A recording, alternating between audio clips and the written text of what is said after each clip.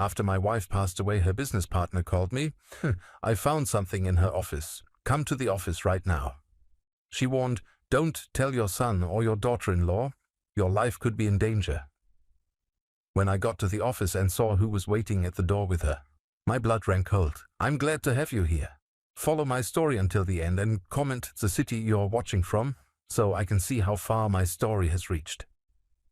The funeral home smell still clung to my clothes 3 days later. That mixture of flowers and formaldehyde that somehow makes death feel more real than it should. I was sitting in Lisa's favorite chair, the blue velvet one she'd bought at an estate sale 15 years ago, holding a cup of coffee that had gone cold hours before. The house felt wrong without her. 65 years old, and I'd never lived alone. We'd been married for 42 years, and even during her final illness, she'd filled every corner of this place with her presence. Now the silence was so thick I could barely breathe through it. Leonard had been by earlier, of course. My son always showed up when he needed something, and grief had a way of making his needs feel more urgent. He'd sat across from me with that concerned expression he wore whenever he wanted money, talking about getting Dad settled and making sure everything's in order. You can't just sit here forever, he'd said, glancing around the living room like he was appraising it. This house is too big for one person. Maybe it's time to think about downsizing. I'd nodded and made the right sounds, but something in his tone bothered me. Leonard had never cared about my comfort before. When Lisa was sick, he'd visited maybe twice a month, always with his wife, Sarah, in tow, always with some excuse about why they couldn't stay long. The phone rang at exactly 4:30 in the afternoon, jolting me from my thoughts. The caller ID showed Margaret's name and my stomach tightened. Margaret Chen had been Lisa's business partner for 8 years, running a small but successful interior design firm together. She'd spoken beautifully at the funeral, sharing stories about Lisa's creativity and kindness that had made me cry all over again. Walter? Her voice was strained, urgent in a way I'd never heard before. I need you to come to the office right now. I set down my cold coffee. Margaret, I don't think I'm ready to deal with business matters yet. Maybe next week we could... No. The word came out sharp, desperate. Walter, I found something in Lisa's office. Something you need to see immediately. My chest tightened. What kind of something? There was a pause, and I could hear her breathing heavily on the other end of the line. When she spoke again, her voice was barely above a whisper. Don't tell your son. Don't tell anyone you're coming here. Just come now. Margaret, you're scaring me. Good, she said, and the line went dead. I sat there for a moment, staring at the phone in my hand. Lisa had always trusted Margaret completely. In 8 years of partnership, I'd never known them to have a serious disagreement. Margaret was careful, methodical, not the type of person to create drama or panic without good reason. I grabbed my keys and headed for the car, my mind racing through possibilities. Maybe Lisa had left some kind of final instructions about the business. Maybe there were debts I didn't know about, or legal issues that needed immediate attention. The drive to their office normally took 20 minutes, but I made it in 15, my hands gripping the steering wheel so tightly my knuckles had turned white. The interior design showroom occupied the ground floor of a converted Victorian house downtown. Lisa had fallen in love with the space the moment she saw it, drawn to the high ceilings and original hardwood floors. She and Margaret had spent months renovating it, turning it into something that felt more like an elegant home than a business. Margaret's car was in the parking lot, but so was another vehicle I didn't recognize, a dark sedan with tinted windows. My unease deepened as I approached the front door. Through the large windows I could see Margaret pacing in the main showroom, her usually perfect composure completely shattered. The door chimed as I entered, and Margaret spun around to face me. Her eyes were red-rimmed, her normally immaculate black hair pulled back in a messy ponytail. She looked like she hadn't slept in days. Walter, thank God. She rushed toward me, her hands shaking. I didn't know what to do. I've been going through Lisa's files, trying to get everything organized for the accountant, and I found... She stopped, pressing her lips together. Found what? Margaret glanced toward the back office, then back at me. There's someone here who needs to talk to you. Someone Lisa hired without telling either of us. Before I could ask what she meant, a man emerged from the hallway that led to Lisa's private office. He was maybe 50, wearing a rumpled gray suit and carrying a manila folder thick with papers. Everything about him screamed private investigator, from his worn leather briefcase to the way his eyes immediately catalogued every detail of my appearance. "Mr. Thompson," he said, extending a calloused hand, "I'm Detective Ray Morrison, retired. Your wife hired me 6 weeks before she died." The words hit me like a physical blow. 6 weeks before Lisa died, she'd been in the hospital, weak and confused from the medications. The idea that she'd been lucid enough to hire a private investigator seemed impossible. "I don't understand," I said, my voice coming out rougher than I intended. "Lisa never mentioned hiring anyone." Morrison's expression was grim. "She was very specific about that. Said she needed to keep this investigation completely confidential until after her death. She was afraid of what might happen if certain people found out she was looking into things." Margaret wrapped her arms around herself, looking smaller than I'd ever seen her. "Walter, she was investigating Leonard." The room seemed to tilt sideways. "What?" Morrison opened his folder and pulled out a photograph. It showed Leonard coming out of a casino, but that wasn't what made my blood run cold. It was the expression on his face, wild, desperate, the look of a man who'd lost everything and was about to lose more. "Your wife suspected your son was stealing from the business," Morrison said quietly. "She hired me to confirm it." I sank into one of the display chairs, my legs suddenly unable to support me. "That's impossible. Leonard has his own income. He and Sarah are doing well." Margaret and Morrison exchanged a look that made my stomach churn.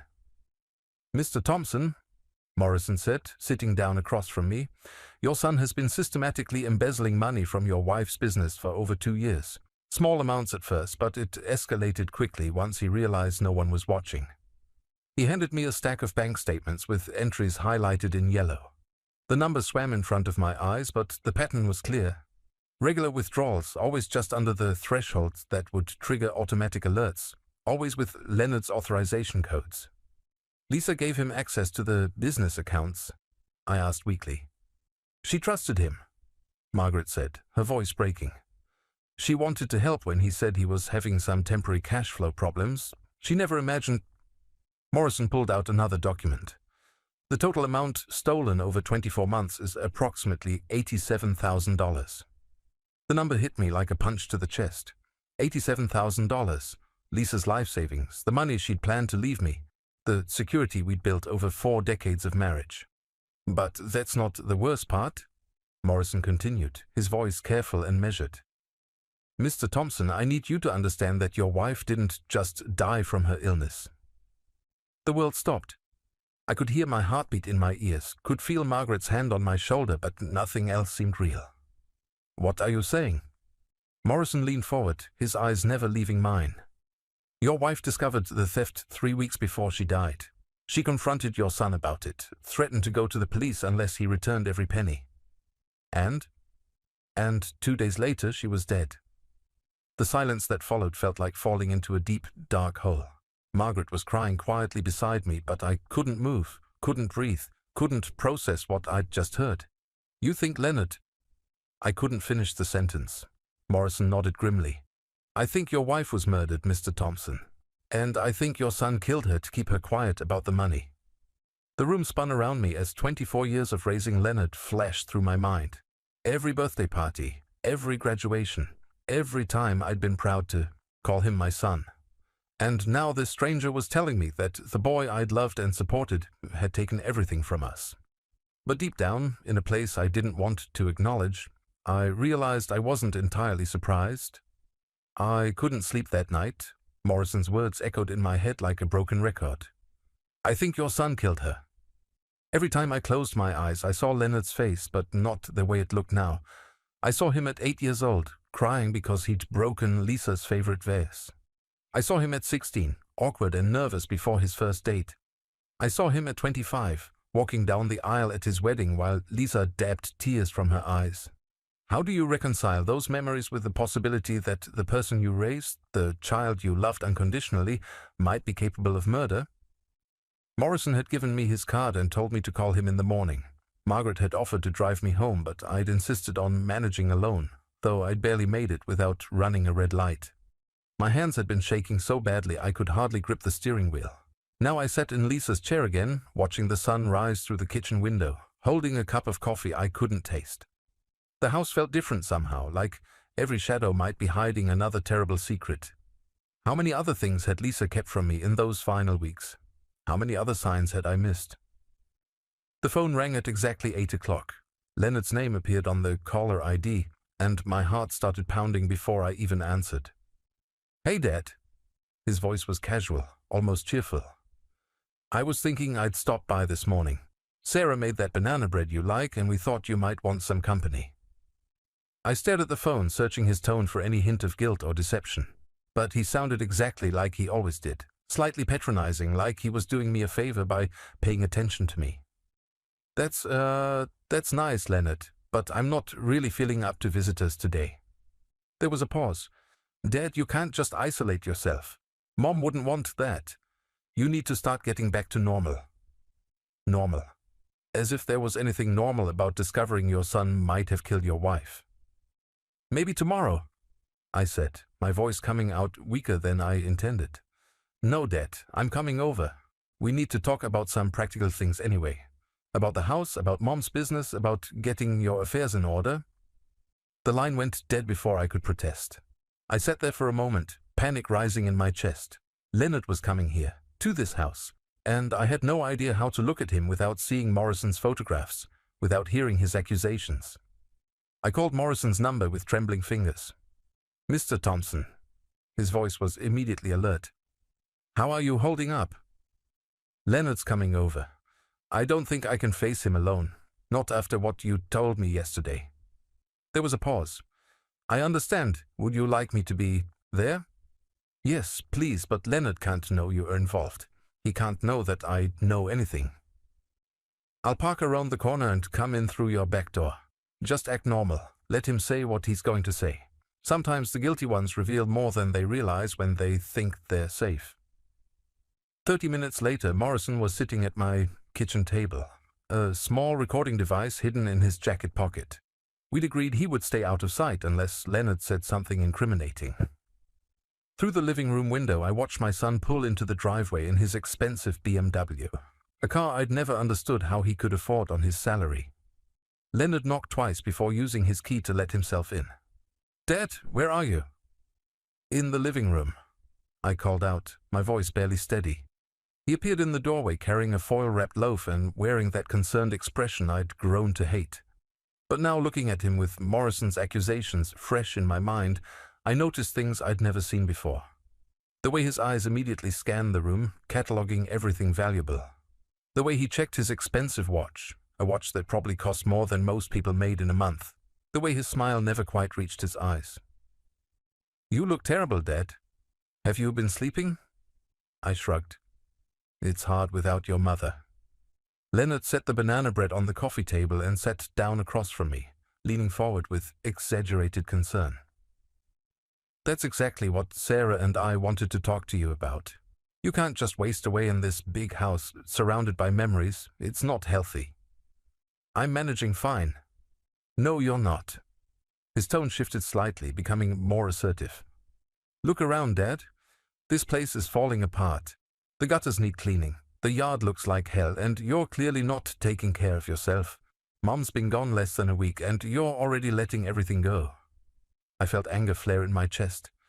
"Your mother died, Leonard. I'm grieving. And that's normal, but practical things still need to be handled." He pulled out a manila folder I hadn't noticed him carrying. "I've been doing some research, and I think we need to make some decisions about your future." The folder was full of brochures for senior living communities, expensive ones, judging by the glossy photographs of smiling elderly people playing cards and gardening. "I'm not moving to a nursing home," I said firmly. "It's not a nursing home, Dad. These are active adult communities. You'd have your own apartment, but with support services when you need them. And the best part is, you wouldn't have to worry about maintaining this house anymore." I stared at the brochures, understanding flooding through me like ice water. "You want me to sell the house. I want you to be practical. This house is worth at least $400,000, probably more. That money could pay for a really nice place at one of these communities with enough left over to ensure you're comfortable for the rest of your life. $400,000. I thought about the 87,000 Leonard had already stolen from Lisa's business. Was the house his next target? And what about Lisa's business? I asked carefully. Margaret and I haven't had a chance to discuss what happens next. Leonard's expression tightened almost imperceptibly. Well, that's another thing we need to address. Mum's business was really more of a hobby than a serious enterprise. Margaret's a nice woman, but she doesn't have the business experience to keep things running. I think the smartest thing would be to liquidate everything and add that money to your retirement fund. Liquidate. Such a clinical word for destroying everything Lisa had built, everything she'd been proud of. Margaret seems to think the business is doing well, I said. Margaret doesn't want to lose her job. Of course she's going to tell you everything's fine. Leonard leaned back, his tone becoming more patronizing. Dad, I know this is all overwhelming. That's why Sarah and I want to help you make these decisions. We've been talking to a financial advisor who specializes in elder care planning. Elder care planning. As if I were some incompetent old man who couldn't manage his own affairs. What if I don't want to sell the house? I asked. Leonard's mask slipped for just a moment, and I saw something cold flash in his eyes. Dad, be reasonable.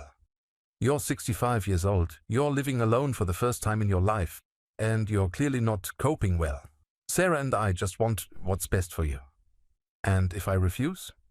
The silence stretched between us, heavy with unspoken threats. Finally, Leonard sighed dramatically. Then we'll have to consider other options. Sarah's been researching guardianship procedures, just in case you become unable to make sound decisions for yourself. The words hit me like a physical blow. Guardianship. They were threatening to have me declared incompetent if I didn't cooperate with their plans. You would do that to me? We would do that for you, Dad. Sometimes families have to make hard choices to protect the people they love. I thought about Lisa lying in her hospital bed, weak and trusting, giving Leonard access to her business accounts. I thought about Morrison's photographs of Leonard at the casino, desperate and wild-eyed. I thought about the $87,000 that was supposed to be my security, my future. I need some time to think about this, I said finally. Leonard stood up, smoothing down his expensive suit jacket. Of course, but don't take too long. The longer you wait, the harder these transitions become. He paused at the door, his tone shifting to something that might have been genuine concern if I didn't know better. We love you, Dad. We just want to take care of you the way you took care of us. After he left, I sat in the silence for a long time before Morrison emerged from the kitchen. His expression was grim. Did you get all that? I asked. He nodded, patting his jacket pocket. Every word. Mr. Thompson, your son just threatened you with guardianship proceedings if you don't sign over your assets. Combined with the embezzlement evidence, it's painting a very clear picture of his motives. But it's still not proof that he killed Lisa. Morrison was quiet for a moment, then pulled out another folder from his briefcase. Actually, about that. I got the preliminary results from Lisa's medical records review this morning. My heart stopped. And? Your wife's medication levels were inconsistent with her prescribed dosages. Someone had been altering them, Mr. Thompson. Someone with access to her hospital room, someone she trusted enough to let them handle her pills. I closed my eyes, feeling the last of my illusions crumble. My son hadn't just stolen our money. He'd killed his own mother to keep her quiet about it. And now he was coming for everything else we'd built together. But this time I wasn't going to let him win. I didn't sleep for 3 days after Morrison showed me the medical records. Every time I closed my eyes, I saw Lisa in her hospital bed, trusting and vulnerable, while Leonard sat beside her with those pills in his hand. The pills that were supposed to help her, but that he'd turned into weapons. Morrison had been patient with me, calling every morning to check in, but I could hear the urgency in his voice. We needed to move forward. The longer we waited, the more time Leonard had to cover his tracks or disappear entirely. Mr. Thompson, Morrison said during our Thursday morning call, I think it's time to confront him. Not to accuse him directly, but to see how he reacts when he knows we're getting close to the truth. My hands were shaking as I held the phone. I don't know if I can do this, Ray. He's my son. He's also your wife's killer. And if we don't stop him, he's going to take everything you have left and probably find a way to make you disappear too. The words hit me like cold water.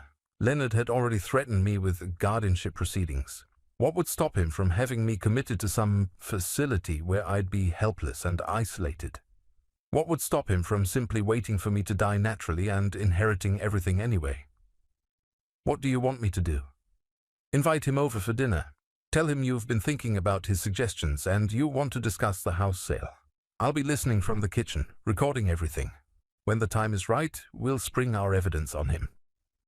I scheduled the dinner for Saturday night.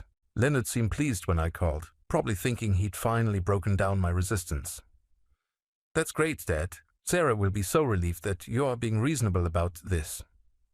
Will Sarah be coming too? Of course. We're in this together, as a family. Family. The word made my stomach turn. Saturday arrived grey and cold, with the kind of October wind that strips the last leaves from the trees. I spent the day cooking Lisa's famous pot roast, the one Leonard had always loved as a child. It felt strange preparing her recipe without her guidance, but I needed everything to seem normal. Morrison arrived at 5 o'clock, carrying a briefcase full of evidence and that same small recording device. We went over the plan one more time.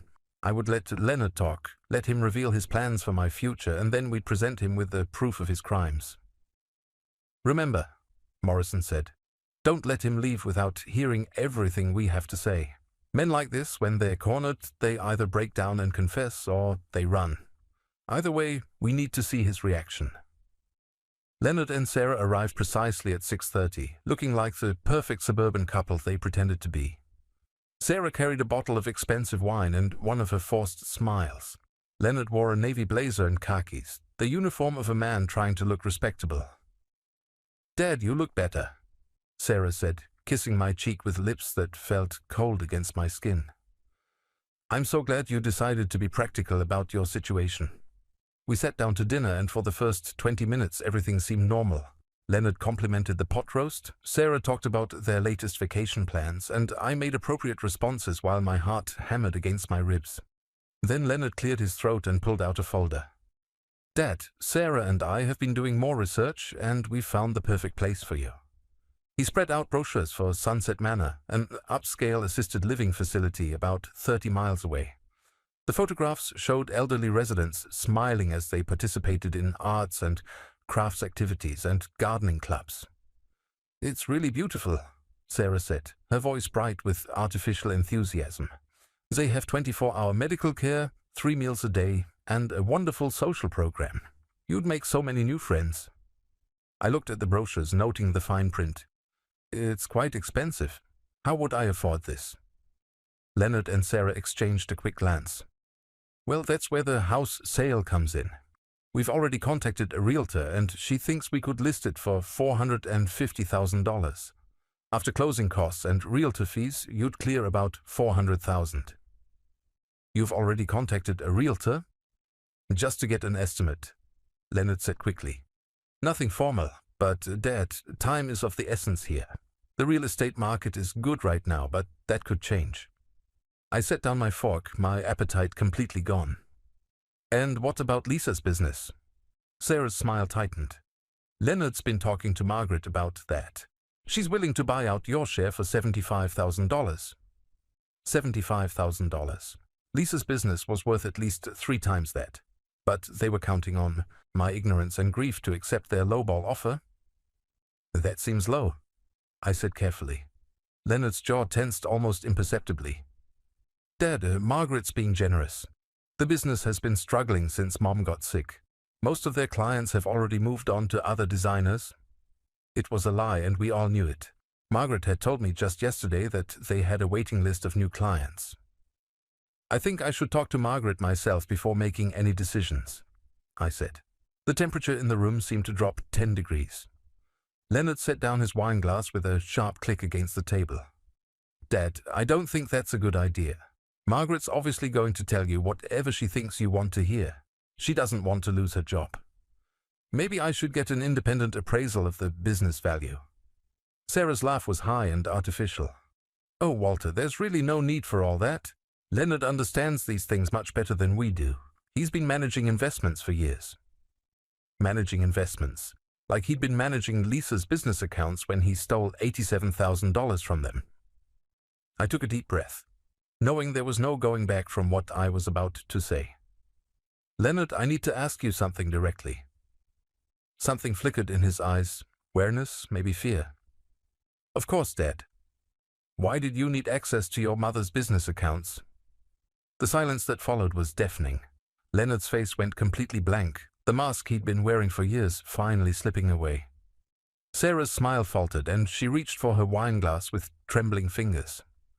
I don't know what you mean, Leonard said finally, but his voice sounded different, harder.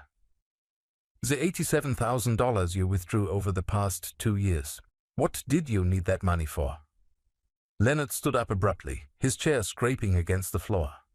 I think you are confused, Dad. The grief is making you paranoid. I'm not confused. I have bank statements. Sarah jumped up too, her face pale. Leonard, maybe we should go. Your father is obviously not thinking clearly. But Leonard wasn't moving toward the door. Instead, he stepped closer to me, his expression shifting into something I'd never seen before, something cold and calculating. Dad, you need to be very careful about making accusations you can't prove. Actually, I said, my voice steadier than I felt, I can prove it. That's when Morrison stepped out of the kitchen, his badge visible on his belt, the recording device in his hand. Leonard Thompson, I'm Detective Ray Morrison, retired. Your father is telling the truth. We have evidence of your embezzlement from your mother's business. Leonard's face went white, then red, then white again. Sarah let out a small whimper and sank back into her chair. This is entrapment, Leonard said, but his voice was shaking now. You can't record people without their consent. Actually, in this state, I can, Morrison replied calmly. Your father gave me permission to record this conversation, and we have much more than just the financial records. Morrison opened his briefcase and spread out the casino photographs, the altered medical records, the timeline showing Leonard's visits to Lisa's hospital room. We know you killed your mother, Leonard. We know you altered her medications to cause the complications that led to her death. We know you did it to stop her from exposing your theft. Leonard stared at the evidence spread across the dining room table, his breathing becoming rapid and shallow. For a moment I thought he might collapse. Then something in his expression hardened, and when he looked at me, I saw pure hatred. You have no idea what you've done, he said, his voice low and venomous. Mom was going to ruin everything. She was going to destroy our family over money that should have been mine anyway. Sarah gasped, her hand flying to her mouth. Leonard, stop talking. But Leonard was beyond stopping. Years of resentment and entitlement came pouring out. Do you know how much I've sacrificed for this family? How many opportunities I've passed up because you and Mom never had enough money for the things that mattered? I worked so hard to build something for myself, for my wife, and Mom was going to take it all away over some business account. So you killed her, I said, the words feeling surreal as they left my mouth. Leonard's laugh was bitter and broken. I didn't kill her. I just stopped enabling her. Those pills were making her weak and confused anyway. I was doing her a favor. Morrison stepped forward. Leonard Thompson, you're under arrest for the murder of Lisa Thompson and the embezzlement of $87,000 from Thompson Chen Interior Design. As Morrison read him his rights, Leonard looked at me one last time. I hope you're happy, Dad. I hope destroying your only son was worth it. I watched my son being handcuffed in the dining room where we'd shared countless family dinners, and all I could think was that I'd already lost my only son. The boy I'd raised and loved had disappeared somewhere along the way, replaced by this stranger who could kill his own mother for money. Sarah was crying hysterically, begging Leonard to tell her this was all a mistake, that he hadn't really done these things, but I could see in her eyes that she already knew the truth. As the police car pulled away with Leonard in the back seat, I stood alone in my driveway, feeling empty and exhausted. The October wind cut through my jacket, and I realized I was shivering. Morrison put a gentle hand on my shoulder. You did the right thing, Walter. I nodded, though it didn't feel right. It felt like the end of everything I'd believed about my family, about my life, about the man I'd tried to raise my son to become. But as I looked back at the house Lisa and I had built together, I knew she would have been proud of me for finally standing up to the person who had taken everything from us. The house felt like a mausoleum after the police took Leonard away. I sat in Lisa's chair, staring at the dining room where everything had unraveled just hours before. The dinner plates were still on the table. Leonard's wine glass still held the last sip he'd taken before Morrison revealed the truth. Everything looked normal, but nothing would ever be normal again. I just poured myself a whiskey, the first drink I'd had since Lisa's funeral, when the doorbell rang. Through the peephole, I could see Sarah standing on my front porch, her mascara streaked down her cheeks, her perfect blonde hair disheveled. She was alone. I almost didn't answer. I was exhausted, emotionally drained, and I had nothing left to say to her. But something in her posture, the way she was hugging herself against the cold, made me open the door. "Walter, please," she said, her voice barely above a whisper. "I need to talk to you." I stepped aside and let her in, so every instinct told me this was a mistake. Sarah had always been Leonard's ally, his co-conspirator in every scheme to extract money or favors from Lisa and me. Whatever she wanted now, it wouldn't be good. She followed me into the living room and perched on the edge of the couch, her hands twisted together in her lap. Up close, I could see that her expensive makeup was smeared, her designer clothes wrinkled. She looked like a woman whose world had just collapsed. "Walter, I had no idea," she began, her voice trembling. "I swear to you, I had no idea Leonard was stealing money from Lisa's business." I took a sip of my whiskey, studying her face. "But you knew about the gambling." Her shoulders sagged. "Yes, I knew about that. And you knew he was in debt." "Yes. And you knew he was desperate for money." She nodded, tears starting to fall again. "But I never thought he would. I never imagined he could hurt Lisa. She was his mother." I wanted to believe her. Part of me needed to believe that someone in my family wasn't completely corrupted by greed and selfishness. But I'd been naive about Leonard for years, and I wasn't going to make the same mistake with Sarah. "Tell me about the guardianship threat," I said quietly. Sarah's face crumpled. "That was Leonard's idea. He said you weren't thinking clearly, that grief was making you irrational. He said someone needed to protect you from making bad financial decisions. Like refusing to sell my house and give him the money. Walter, you have to understand, we're in terrible trouble." The words came out in a rush, desperate and pleading. "Leonard owes money to some very dangerous people. People who don't just take your house when you can't pay them back." I set down my glass, my blood running cold. "What kind of people?" "Loan sharks, bookies. I don't know all the details, but Leonard borrowed heavily to cover his gambling losses. He kept saying he just needed one. Big win to get even, but it never came." She was sobbing now, her words barely coherent. "They've been calling the house, following us. Last week someone broke into Leonard's car and left a threatening note. The picture was becoming clearer, and it was worse than I'd imagined. Leonard hadn't just been stealing to feed his gambling addiction. He'd been stealing to stay alive." "How much does he owe?" Sarah wiped her nose with the back of her hand. "Over $200,000. $200,000. The number hit me like a physical blow. Even if Leonard had successfully stolen everything from Lisa's business and forced me to sell the house, it wouldn't have been enough to cover his debts." "Sarah, why are you telling me this now?" She looked up at me with red-rimmed eyes. "Because they're not going to stop coming after the money just because Leonard's in jail. They know about you, Walter. They know about this house, about Lisa's business. They think you're hiding assets." A chill ran down my spine. "They think I have Leonard's money? They think Leonard was working with you. They think you knew about everything and helped him hide the stolen money." She leaned forward, her voice urgent. "Walter, you're in danger. We're all in danger." I stood up and walked to the window, pulling back the curtain to scan the street. Everything looked normal. Empty sidewalks, parked cars, the familiar glow of streetlights. But now every shadow seemed threatening, every unfamiliar vehicle suspicious. "What do you want me to do about it, Sarah?" "Help me pay them off. Leonard's bail is set at $50,000.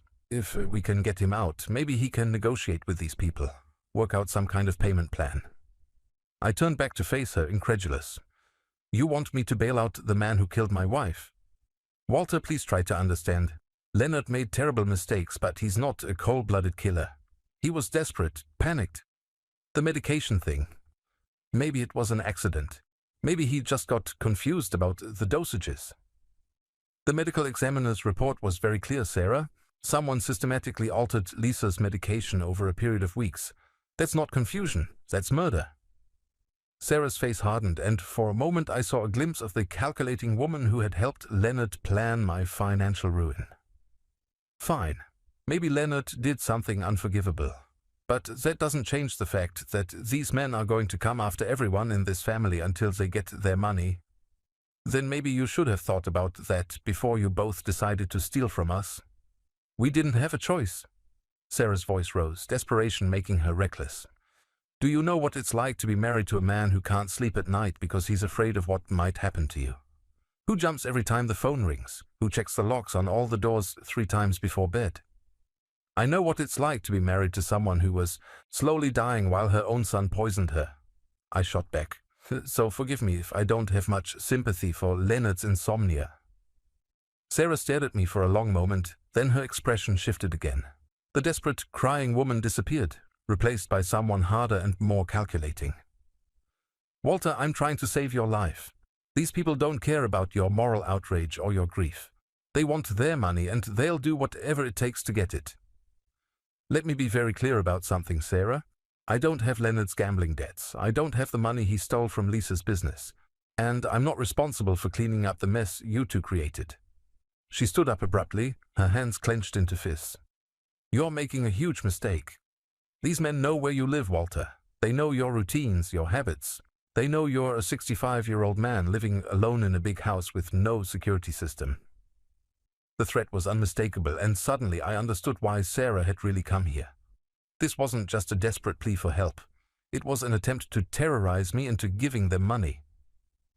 Get out of my house, I said quietly. Walter, please, I'm begging you. Just the bail money. Just $50,000 and Leonard can try to work something out with these people. Get out. Sarah's mask finally slipped completely. You selfish old man. You'd rather see your whole family destroyed than help us when we need you most. My family is already destroyed, Sarah. Leonard saw to that when he killed Lisa. She stared at me with pure hatred, then grabbed her purse and headed for the door, but she paused in the doorway, turning back one last time. You know what Lisa used to say about you, Walter. She used to say you were weak, that you'd rather hide from problems than face them.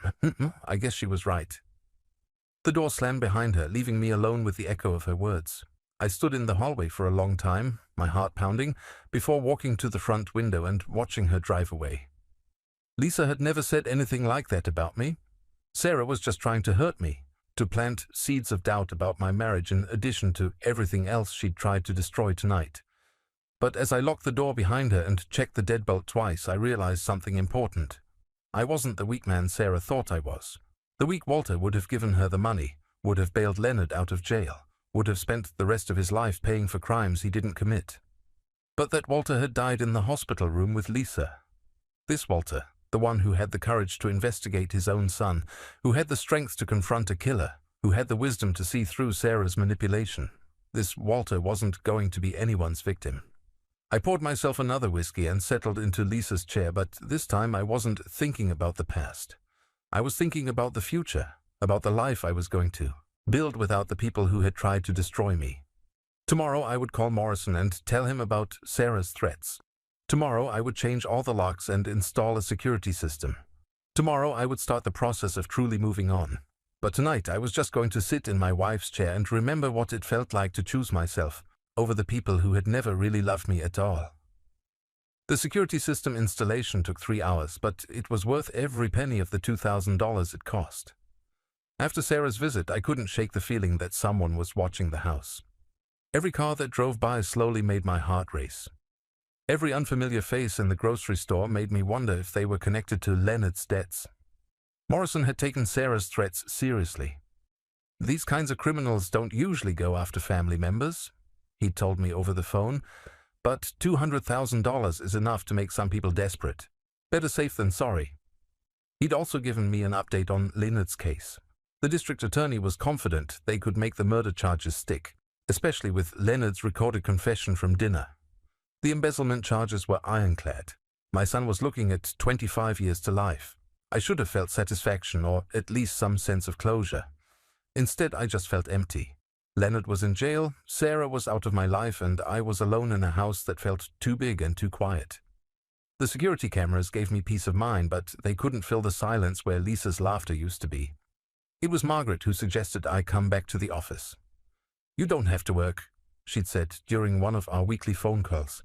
"But maybe it would help to be around Lisa's things, to feel connected to the business you both built."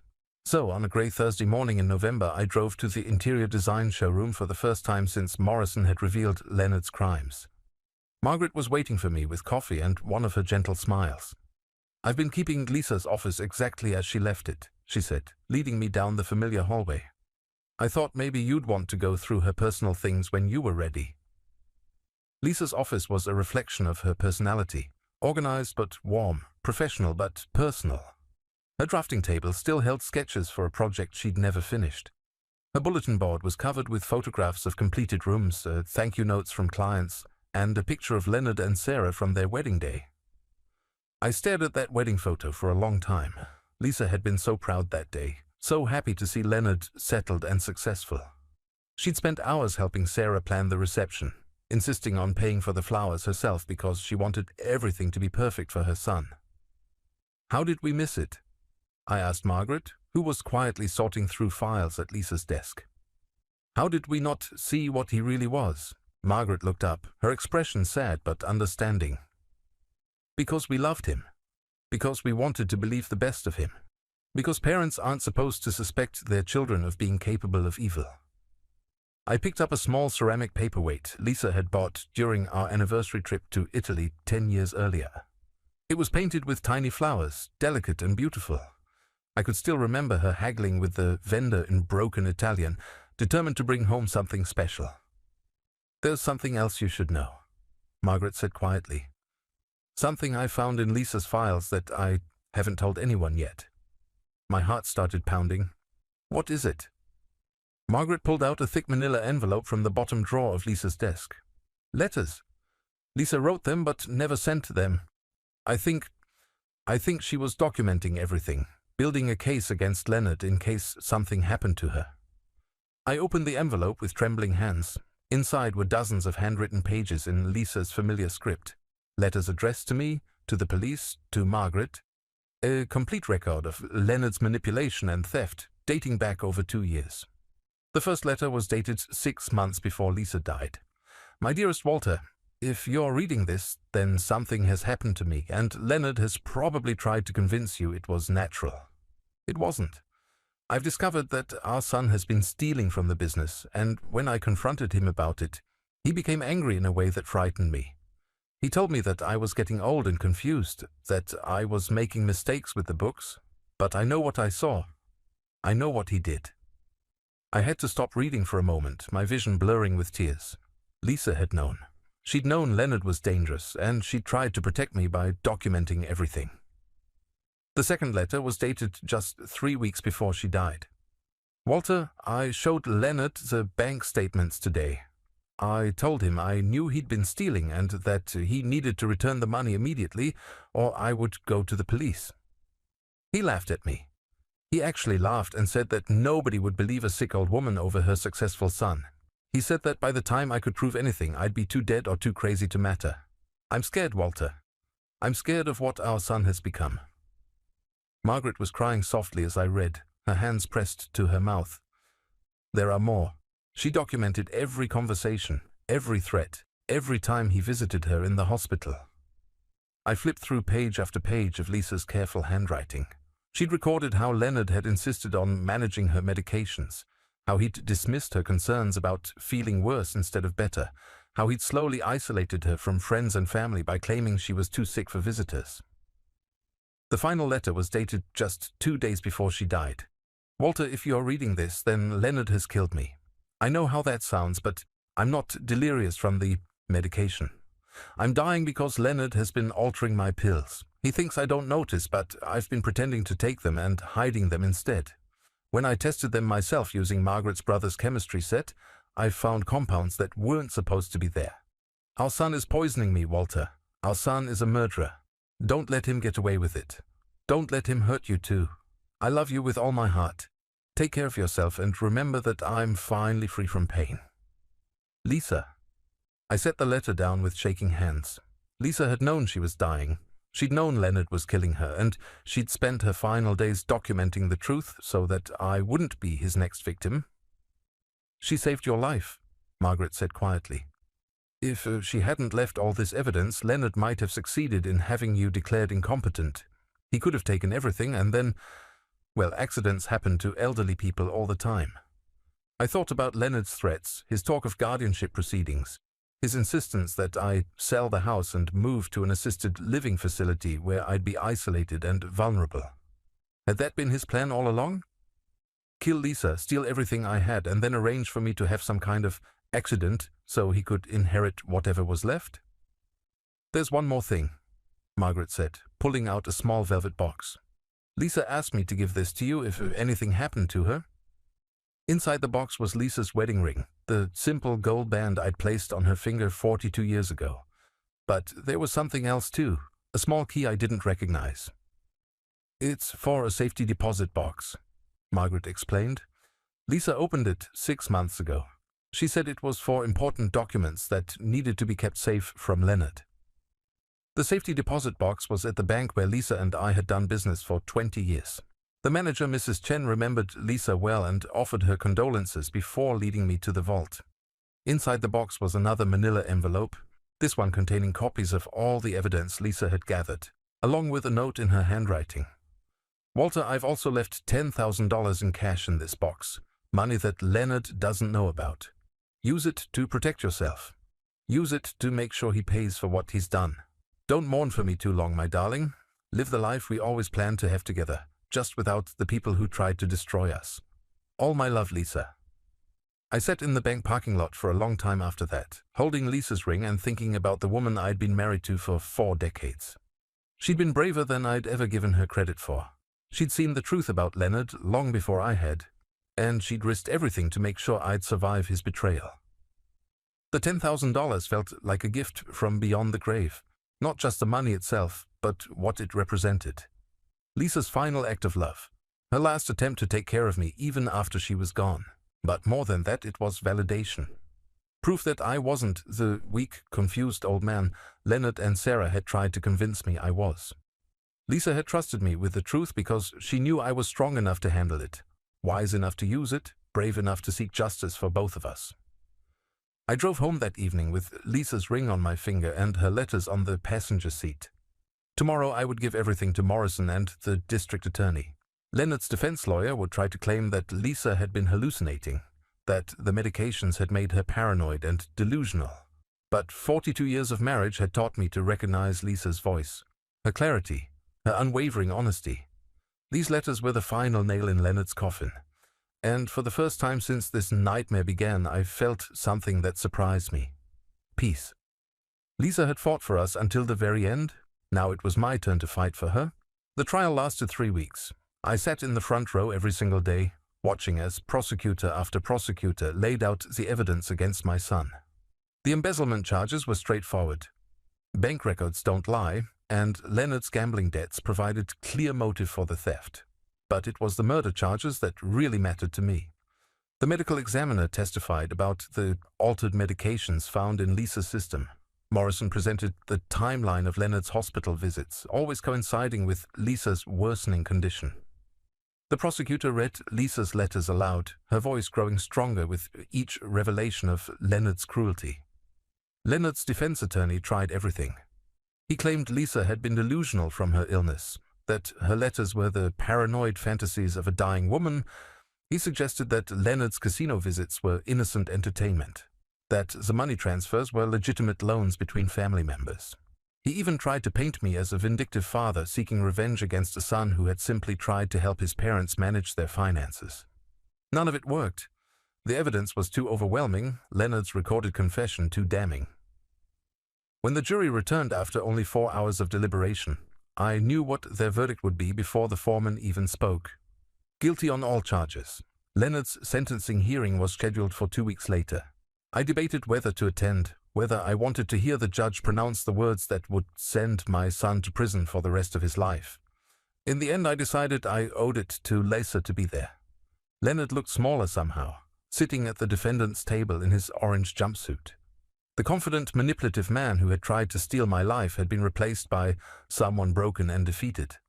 When the judge asked if he wanted to make a statement before sentencing, Leonard stood up slowly. "Your Honor, I want to say that I'm sorry for the pain I've caused my family." His voice was barely above a whisper. "I never intended for things to go as far as they did. I made terrible mistakes and I accept full responsibility for my actions."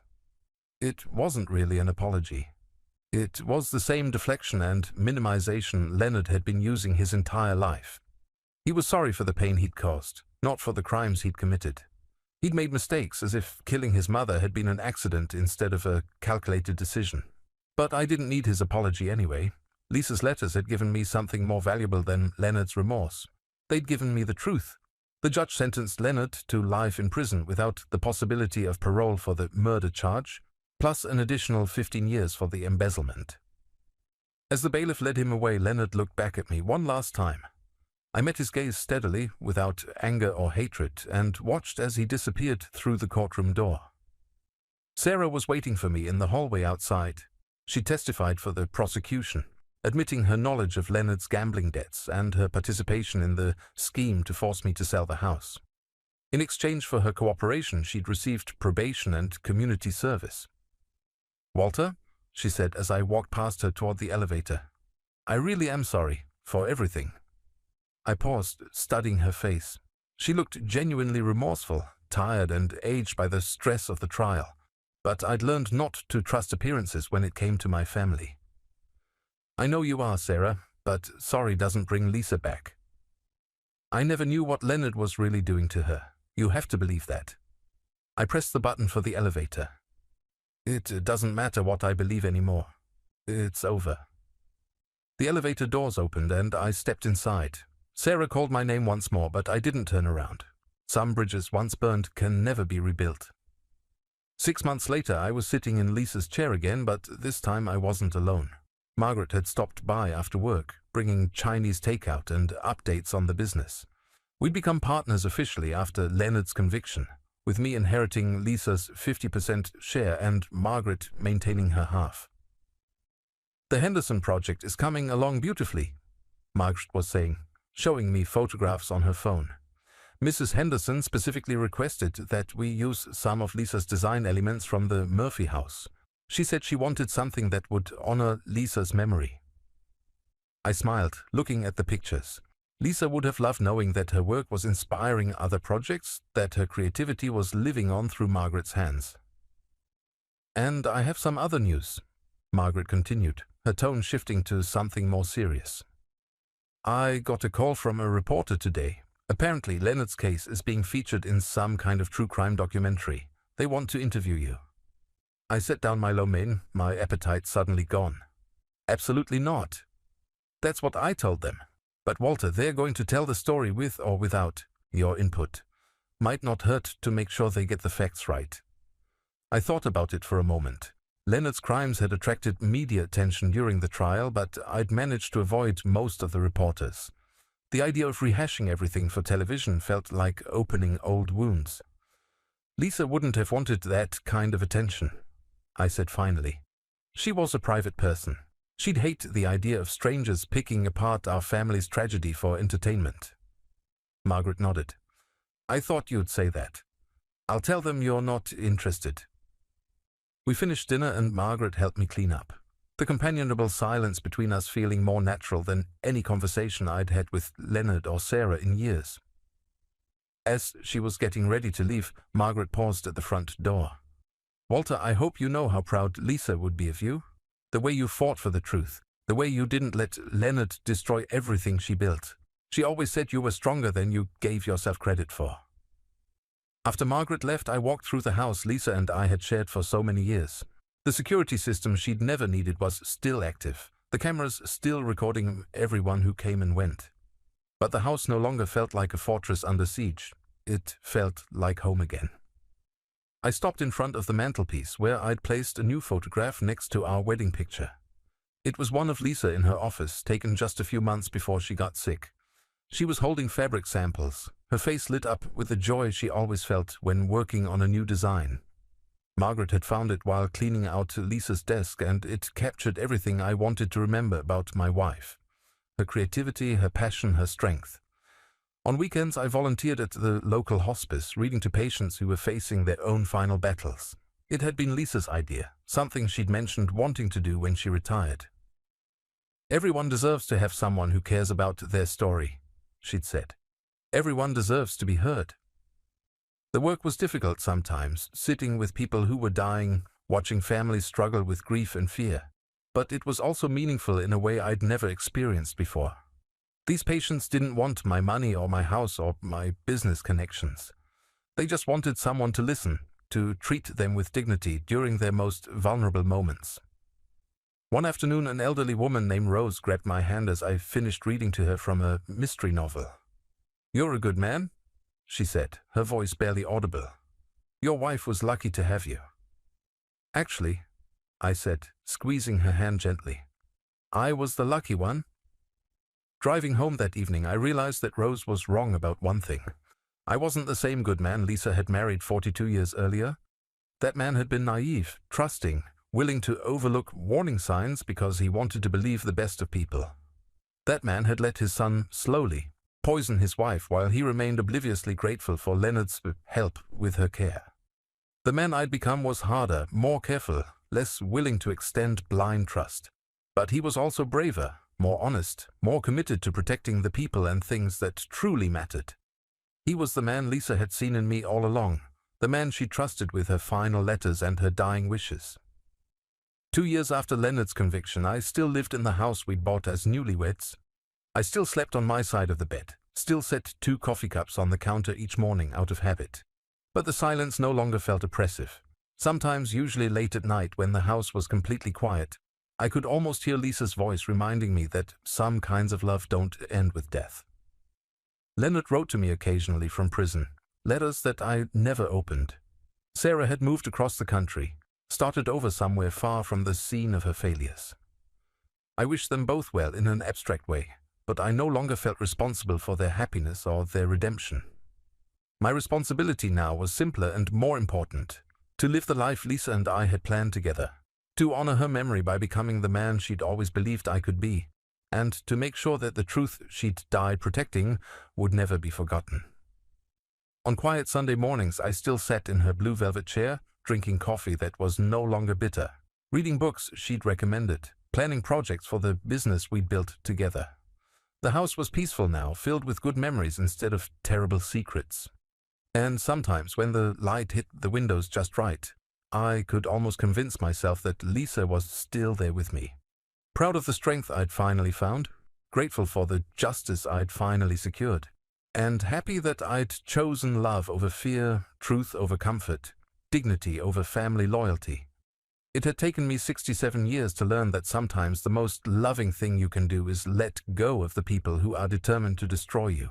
But now that I understood that lesson, I was finally free to build the life I'd always wanted. A life worthy of the woman who'd love me enough to save me, even after death.